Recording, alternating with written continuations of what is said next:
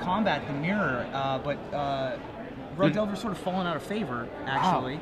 The last couple opens especially, there hasn't been a ton of Rug Delver. There's been way more Esper, Stoneblade style decks that have much more varied casting costs, moving back to Jace decks, and so being able to really reliably counter 1 and 2 mana spells really hampered the deck.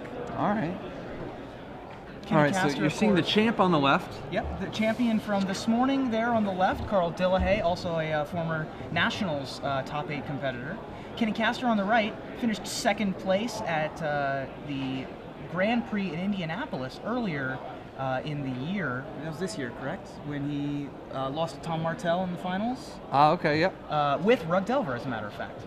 Carl appears to have won the die roll and is leading with Misty Rainforest into Tropical Island. Now, both these players are X and 1, correct? Yes, both these players are X and 1, and so the loser of this match will likely not be making the top 8, while the other remaining player will be playing their win and in next round. Or be able to ID. Or be able to ID, depending on the math. I didn't see how many X and 1s there were. Sure. This is only an 8-round tournament, so and I don't know how the math is going to work out. I'm no Matthias Hunt when it comes to tiebreaker math, so. Or Todd Anderson, for that matter. Todd Anderson for that. Well, I'll leave that one alone, actually. Kenny draws and wastelands the Tropical Island. After a ponder from Carl, which he shuffled with. What do you think about the move away from Stifle as well? Now, Stifle obviously one that has moved in and out of favor. Yep. Stifle and Spell Pierce have sort of moved in and out of these decks, sort of alternating, never really being in the same deck together in Rug Delver. But Stifle is really one of those cards that is, I want to say you run Stifle so that you can tell the story about how you stifled somebody, but it's a little bit more than that. You want to stifle the decks that it matters against, and Reanimator was a really good deck to be able to stifle. You could stifle a come into play trigger on an Animate Dead, you could stifle a Gristlebrand activation. So we have a Force of Will reveal here from Carl Dillahay, being able to blind, or not, did he blind flip? No, he pondered. Did he pawn? Well, in any case, it's a 3/2 Insectile Aberration now, after Kenny has wastelanded both of Carl's lands. He's passing without his third land drop, as is often the case if you get 2 wastelands. That's another one of those sub-games that you can play if you keep a hand with double wasteland in the mirror. I'm guessing Daze is Kenny's response to this? Probably, if he has it in hand. There it is. Carl needed to keep the creature advantage, so he's trying to get rid of that Delver of Secrets. Still no land for Carl. Beats in for another 3, dropping Kenny to 14. Now, how bad is this? Is this the type of thing that Kenny just can't, that Carl just can't come back from? No. Or is he still alive? He's still alive, especially because Kenny obviously doesn't have red mana here. He did not flip his Delver. If Carl draws even 1 land, almost every spell in his deck, save for Tarmogoyf, costs 1 mana. So, and Scavenging Ooze. But other than those 5 cards out of Carl's deck, if he gets 1 land, he can activate any of his spells. So he did miss another land drop. Kenny is at 11.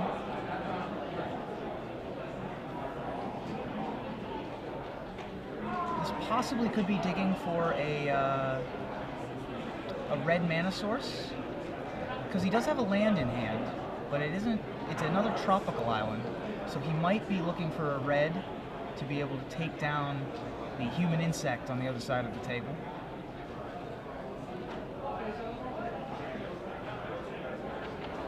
Also good for being able to flip Delver next turn. Rumbling in for 2. Does Kenny have any chance of just winning this race? Oh yeah, absolutely he has a chance of winning this race. I mean, without even killing the insect? Like if he doesn't find any red mana? Yeah, well, I assume this Brainstorm set up his Delver this turn, there it is, to be able to flip. So he can theoretically just trade next turn, especially if Carl has no more lands. In addition, Kenny can play some spells to be able to get up to Threshold, or play this Tarmogoyf that he also has in his hand. I imagine he's going to ponder, though, looking for either a red source or a fetch land of some kind. It's probably considering the possibility of of Tarmogoyf right now instead. Yeah. Like, is that a winning play? Does he just? I think that Kenny is he just very win? far ahead at this point because of the two wastelands, and Carl being unable to find a third. Because if he just plays Tarmogoyf, if he just plays it safe, does he just win next turn? If he attacks for 4, putting Carl to 10, he plays his Tarmogoyf. His Tarmogoyf can go up to sorcery, instant, land, no creature though, right? No creature. It's Sorcery- a slightly dangerous play though, because I guess if he doesn't attack with the insect, then this is a slightly more conservative play. Yeah. So he can play the Tarmogoyf, only attacking with Nimble Mongoose. Yep, that's what he's going to do. Have Force of Will backup. But if he had attacked with both and he dropped down to 5 after the attack, then Carl could theoretically have gone land, bolt, bolt without having to attack for the rest of the game. Carl's still unable to find another land. No, he has one. Oh, does he? He drew it this turn, Volcanic Island. Ah, he does. So that changes things a little bit. No, he doesn't have any red cards. So no bolt on the insect this turn. And the Tarmogoyf is a 3/4, making it just a little too big. Yep. So even if he had the red mana, it wouldn't be a winning proposition to kill the But he does have insectile enough aberration. life. He could theoretically dig and find. Like what he really needs is to play a tropical island and a Tarmogoyf of his own, right? Yes. So the insects are going to trade. Both are going to hit the bin. Which makes Kenny's Tarmogoyf even bigger. Yes. Makes it one bigger. Also brings Nimble Mongoose up to the point where it will soon be a 3/3. Carl's going to play another Delver of Secrets and pass. Oh, he's not going to pass. It's going to get Force of Willed, dropping Kenny to 7. But with Carl having no board presence save for a Volcanic Island, still seems like a winning play.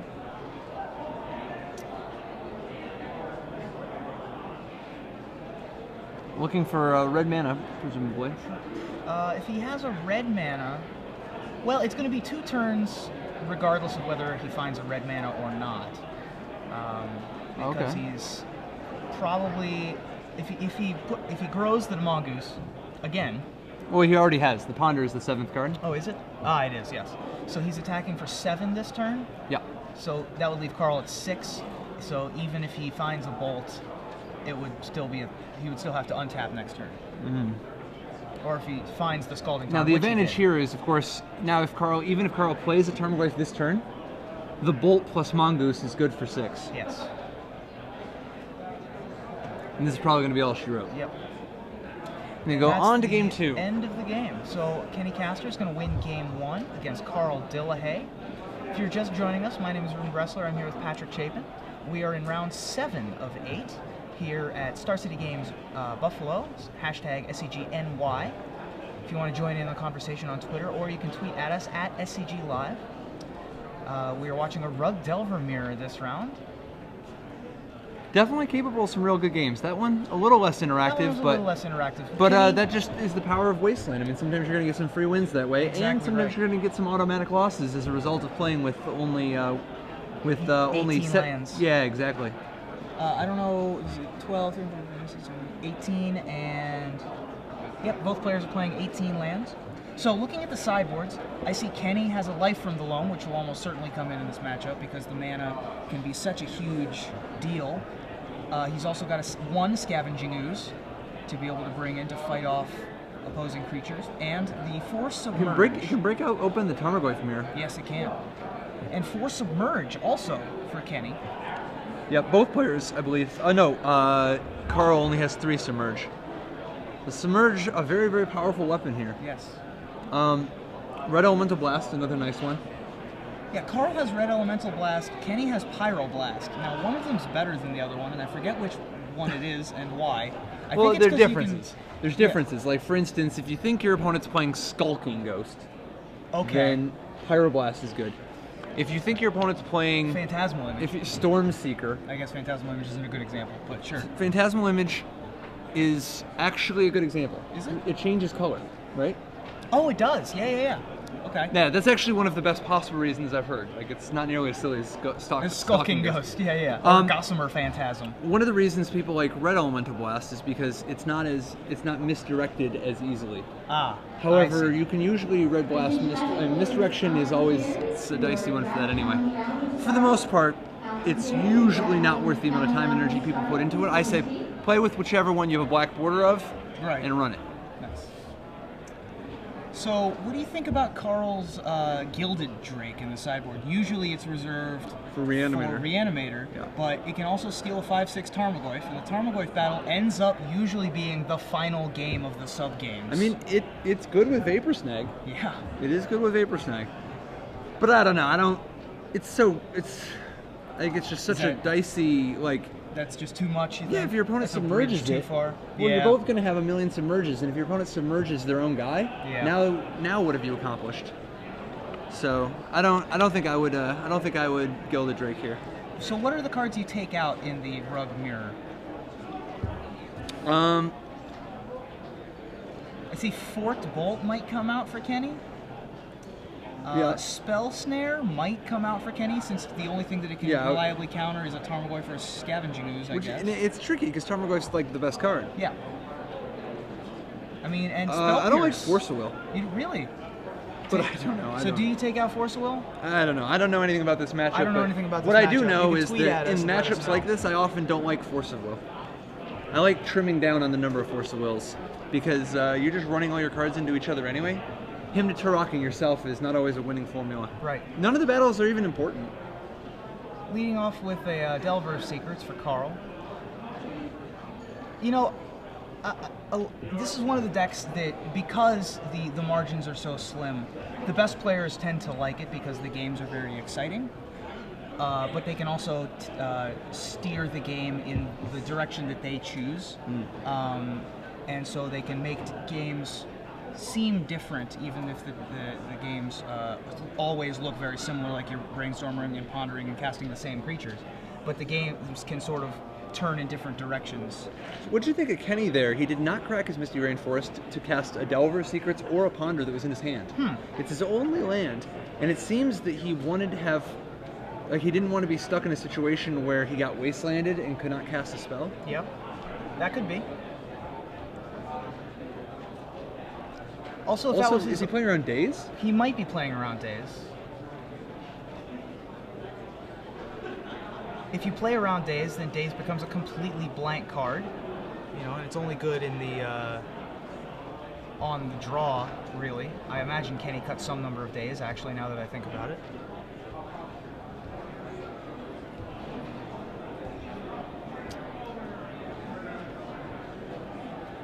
Wasteland on the tropical island for Kenny Castor. Carl once again being unable to flip Delver of Secrets. That was a theme for him in the quarterfinals last night. It seems like a crummy theme. Yeah, it's a pretty bad theme. Very top down, but not the best. So looks like they're going to trade Delver of Secrets. Twitter's telling me that you pretty much always side out Force of Will in this matchup, because the matchup's a lot about 1-for-1s, and so 2-for-1ing yourself is a bad idea. Yeah, I mean, every spell costs 1. None of the battles are super important. Yep. And as a result, like, pitching 2 cards to stop somebody else's threat that only costs 1 mana, not the best way to do it. I'd rather just cut all the Force of Wills, personally. Drew Levin, in fact, because there are so many 1-for-1s in this matchup, Drew Levin says he likes taking the draw. Yeah, I could see it. So Daze on the second Nimble Mongoose, leaving with Kenny having no permanents in play. Carl has Tropical Island and Nimble Mongoose.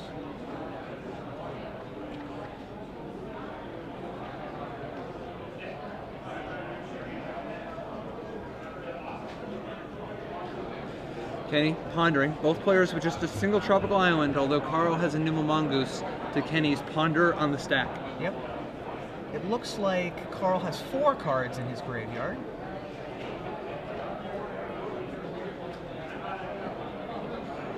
Both of these players very practiced with various Delver decks. Kenny, of course, famous for playing Rug Delver at the Grand Prix in Indianapolis. Carl winning this morning with mono, quote-unquote, mono blue Delver. and so are very apt to play tempo-based strategies. Sure. And from the looks of it, he likes to play whatever the best strategy is. Yeah. Well, the winner of the most recent Invitational, Lauren Nolan, played what I call the most boring possible 150 card roster that you can when he played Blue White Delver and Rug Delver. But he won, so scoreboard. Exactly. It's effective. So we're gonna flip our Delver, it looks like, with something. Can't nice tell change exactly. of pace. Yeah.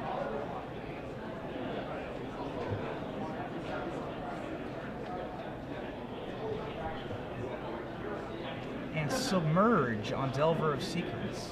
I like it. Submerge is a very powerful card in this matchup. It's even better in the Maverick matchup, but it certainly has its applications here as well. Not only getting rid of a threat on the table, but also forcing Kenny to draw something next turn that he doesn't really want to draw most of the time.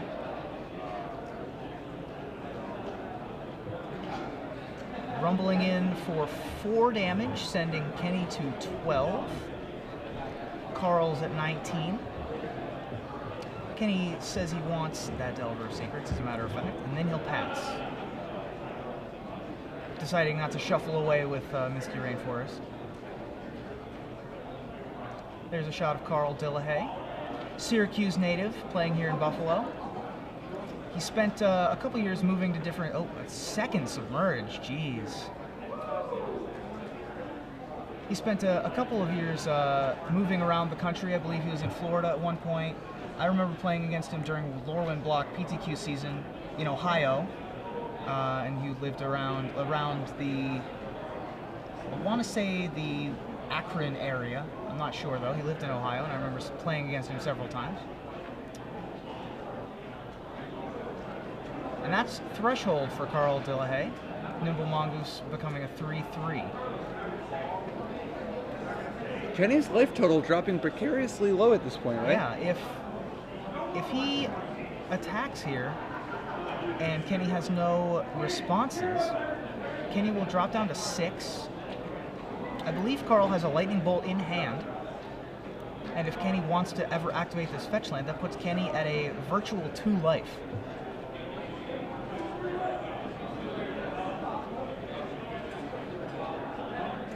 And another Delver of Secrets. That's his 3rd this game, I think. So I gotta think this is pretty much insurmountable pressure. Kenny's gonna go to 5 here.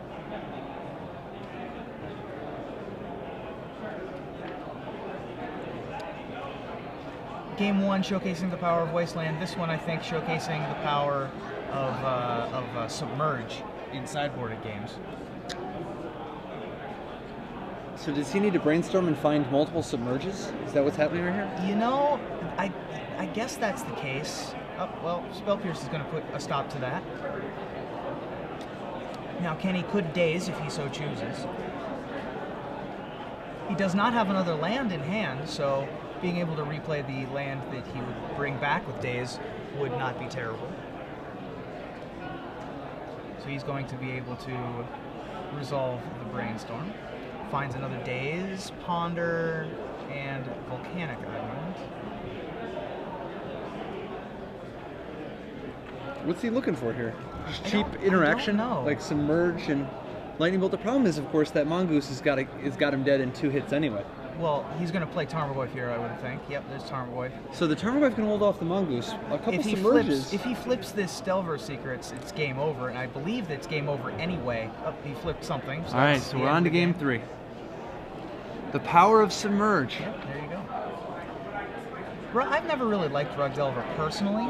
It's not my style of deck, but because it's so mana hungry. Like, there's only 3 actual colored mana sources in the deck.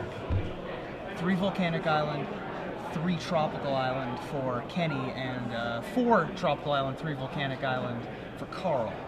I don't know. I don't like it personally. That's just my taste. Now, I got it's not me, but I got a friend who likes Rug Delver. No, it's probably the best deck in the format. It's just not for me. Nah, dude, I don't know. This deck is like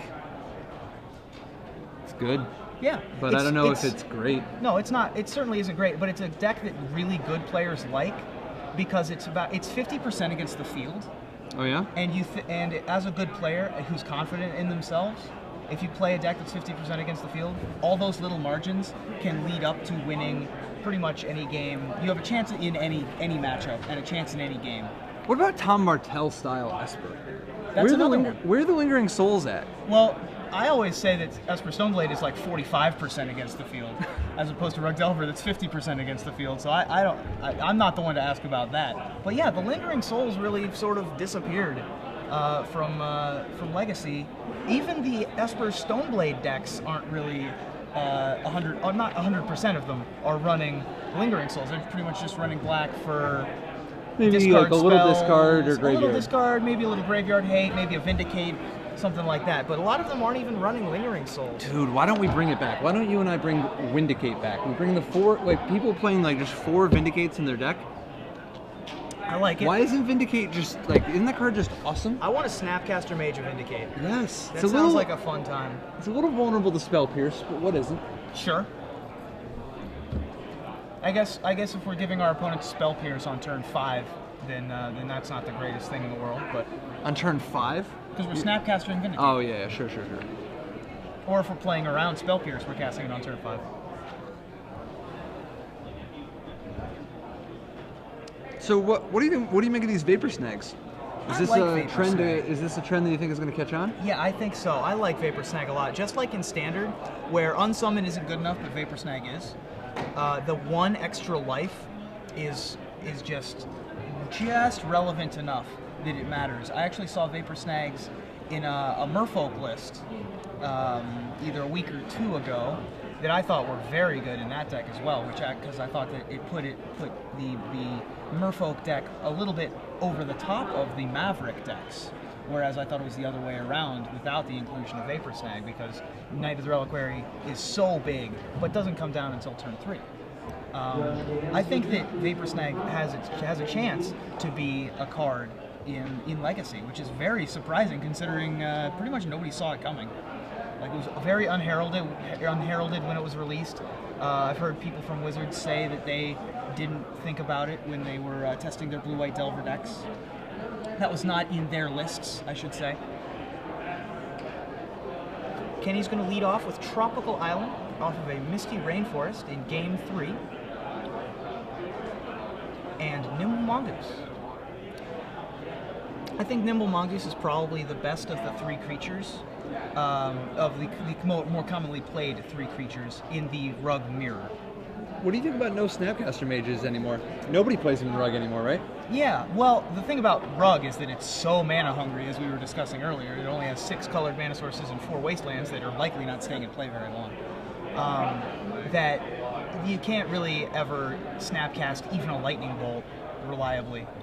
You just don't get up to 3 enough. Well, Carl didn't have his 3rd land in Game 1 until it was well beyond mattering. Last round, Kenny only had 2 lands in play at any given time because Daze and a wasteland from Carl. So, unless you're trying to go slightly bigger, then Snapcaster Mage just isn't a reliable thing to be able to do. Now, in decks like Esper Stoneblade, when you're running 22 or 23 lands, that's a lot much more realistic to hit that. Yeah.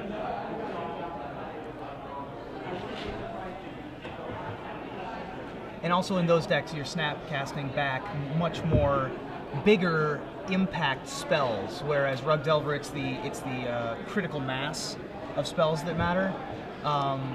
Things like Swords to Plowshares and Inquisition of Kozilek out of Esper Stoneblade can by themselves take over a game, whereas a Lightning Bolt or a Spell Pierce by itself, or a Brainstorm, as Kenny is casting right here, aren't going to take over a game by themselves. That isn't to say that you don't ever Snapcast a Brainstorm out of Esper Stoneblade, but you know, it just so happens that there are more things that you can do.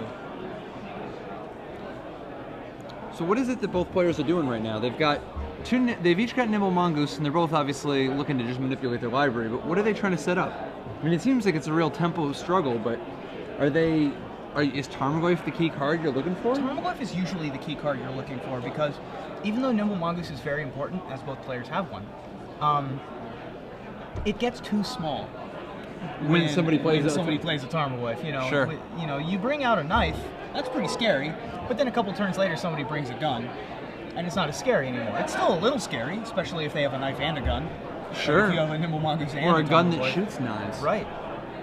That'd be incredible. So I'm surprised there isn't a Legacy deck called Knife Shooting Gun, like the way that Legacy Yeah, the players way name Legacy decks. works. Yeah, in Legacy's long and illustrious tradition of naming decks absurd, ridiculous things that have nothing to do with the deck. Yeah, this is my Knife Shooting Gun. Yep. It uses counter spells and white removal. Yeah. It also has white miracles in it. Knife Shooting Gun. I think a knife shooting gun would probably have a deck have a Isochron Scepter in it. 'Cause Okay. that would be the gun. Sure. And then the knife you would shoot would be whatever. Whatever card you consider to be knife. Yes. All right. So Carl's going to Thought Scour here. I presume it's going to be himself. Kenny's debating whether or not to daze this. Now, the reason to daze this is because Thought Scour is pretty much Threshold in a can. He's going to go from just 2 cards in his graveyard up to 5, and it's much easier to be able to get to Threshold. And since Kenny's on the play, he wants to keep the Threshold advantage, basically. Be the first one Very to get tempo-oriented. first one to get to a 3/3. That's a sub game that they're playing. They're playing the Nimble Mongoose, who's going to be the first one to get a 3/3 sub game here. Yes. Who is on first? That's right. Who is on Threshold first? I think it's adorable that Thought Scour sees play in Legacy. It's not incorrect. Adorable. It's a very good card, but it is, to me, that's just my, because it's a card. It's so unassuming of a card, you know. It It's is just- definitely much better than Mental Note, too. It is. Or at And- least better than Mental Note.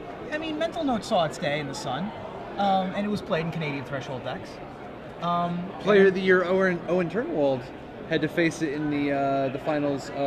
Wait, did Owen? No, Owen was playing Goblins in that one. But Yeah. I think one of the decks in the top 8 of that Flash PT was playing. Was playing Mental Note.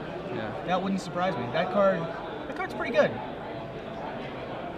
Brainstorm is going to get dazed from Carl. I don't think that's fair that Kenny gets to resolve his white bordered brainstorms while Carl has to have his black bordered ones get countered. That doesn't seem fair to me. That's the thing. Life is not fair. Yep. Next question. There was I forget who originally said, I think it might have been Dave Williams on Twitter, said that white bordered Blood Moons should have no effect on black bordered dual lands. Sure. I think was very clever. Of course Dave Williams would say that, but I still think that it's an interesting idea that would never happen in real life, but it's very funny. Dude, City in a Bottle is legal. That's true, City in a Bottle is legal. Like, all kinds of crazy stuff like that happens. As is Apocalypse Chimes, although no one plays any Homelands cards. So Wasteland on Tropical Island is going.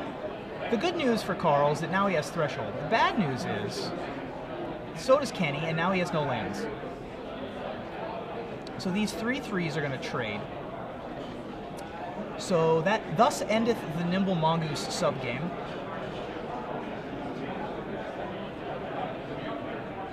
And as is often the case in the Rug Delver Mirror, we're in like turn 3 or 4, and no one has any permanents in play.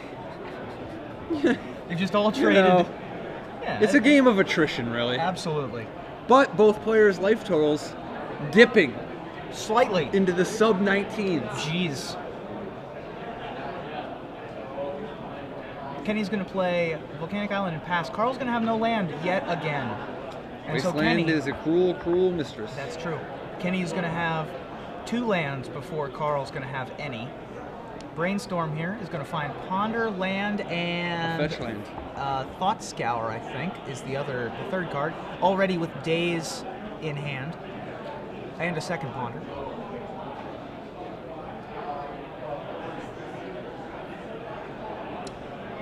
Paul Niccolo piloted 17 land Rug with 4 Stifle, no Wastelands at Grand Prix Columbus. That was the Alright. deck you were referring to. Absolutely.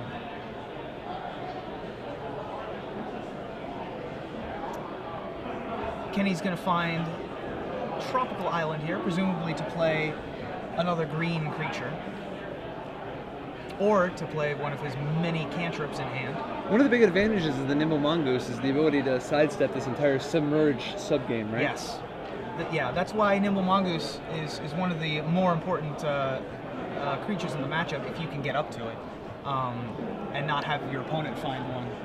Because it dodges all of the red-based removal, and if you can resolve it early, it's good for, I would say, it's good for some amount of damage before Tarmogoyf can even come down. At which point you can counter Tarmogoyf. Is it 9.8 damage? Is that correct?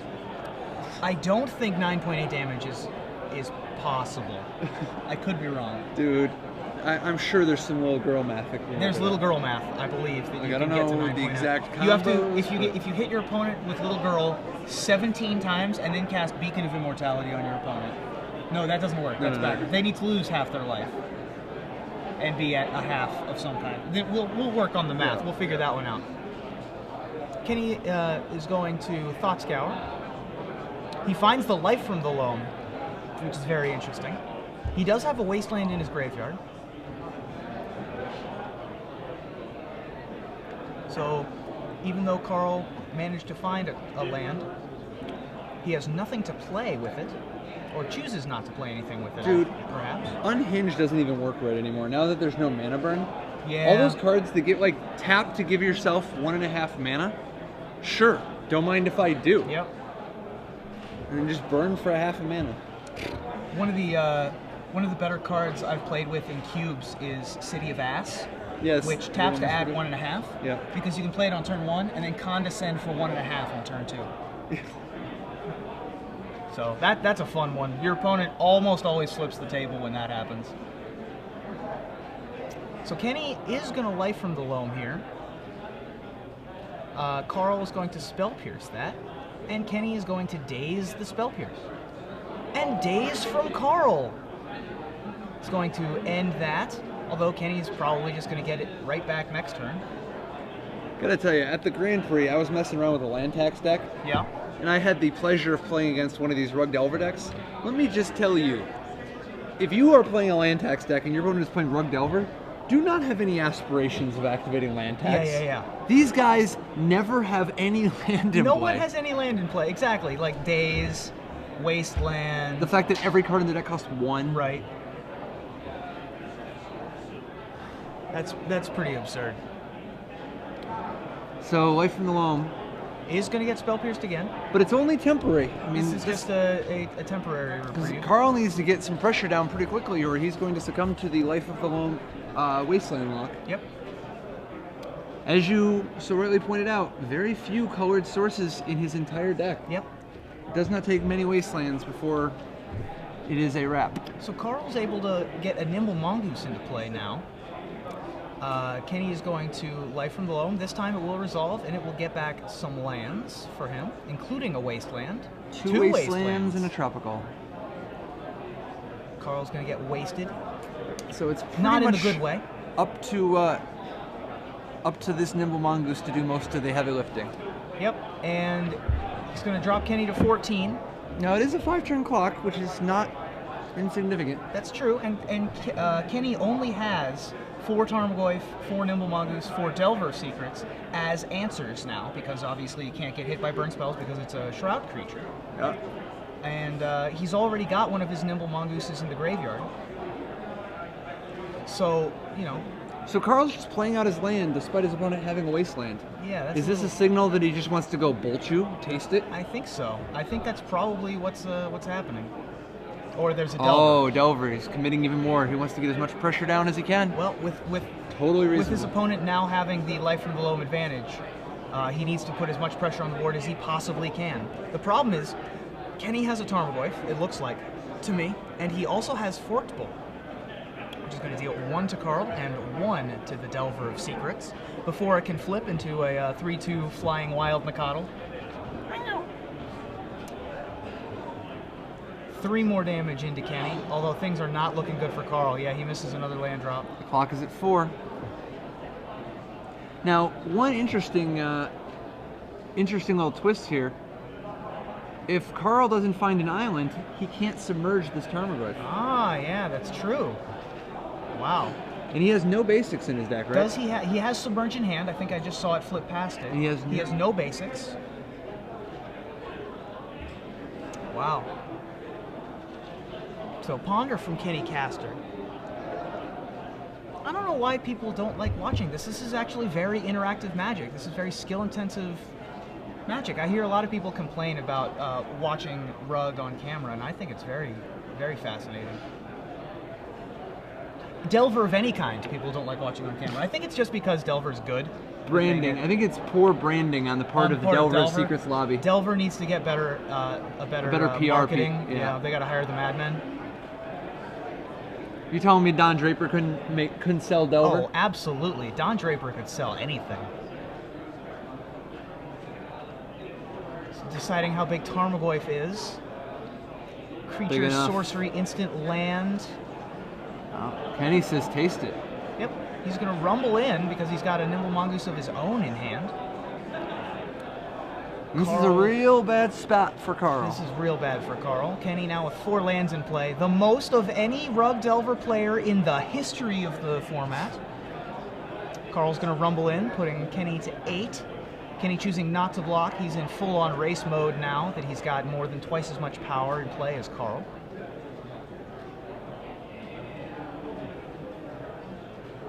Double Lightning Bolt also in Kenny's hand. So he could theoretically just kill Carl right now, which I believe is going to happen. Carl has demonstrated that he does not have Force of Will in hand because he would have Force of Will the Tarmogoyf. Unless he's drawn it in the last 2 turns. Life from the Loam, just breaking open this mirror. That's the hand. Game. So Kenny Castor is going to move on to 6 and 1.